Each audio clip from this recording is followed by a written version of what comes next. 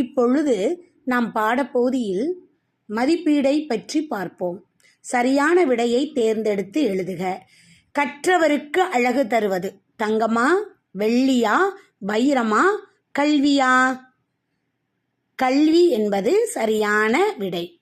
கலன் அல்லால் என்னும் சொல்லை பிரித்து எழுத கிடைப்பது கலன் கூட்டல் அல்லால், களம் கூட்டல் அல்லால், கலன் கூட்டல் அல்லால், கலன் கூட்டல் நல்லால்.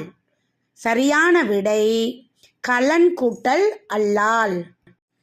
சொற்றொடரில் அமைத்து எழுதுக. பார்ப்போமா? அழகு. அழகு சொற்றொடரில் அமைத்து எழுதுக. நெல்லும் கரும்பும் நிலத்துக்கு அழகு. கற்றவர். கற்றவர் பணிவாக இருப்பர். அணிகலன். கண்ணுக்கு அணிகலன் இரக்கம் காட்டுவது ஆகும். குருவினா. யாருக்கு அழகு செய்ய வேறு அணிகலன்கள் தேவையில்லை. கல்வி கற்றவருக்கு அழகு செய்ய வேறு அணிகலன்கள் தேவை இல்லை. அடுத்து சிறுவினா. நீதிநெறி விளக்க பாடல் கூறும் கருத்துக்களை தொகுத்து எழுதுக.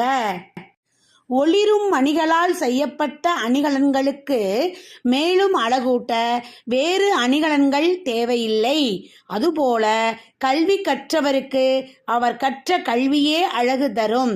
ஆகையால் அழகு சேர்க்கும் பிற அணிகலன்கள் அவருக்கு தேவையில்லை.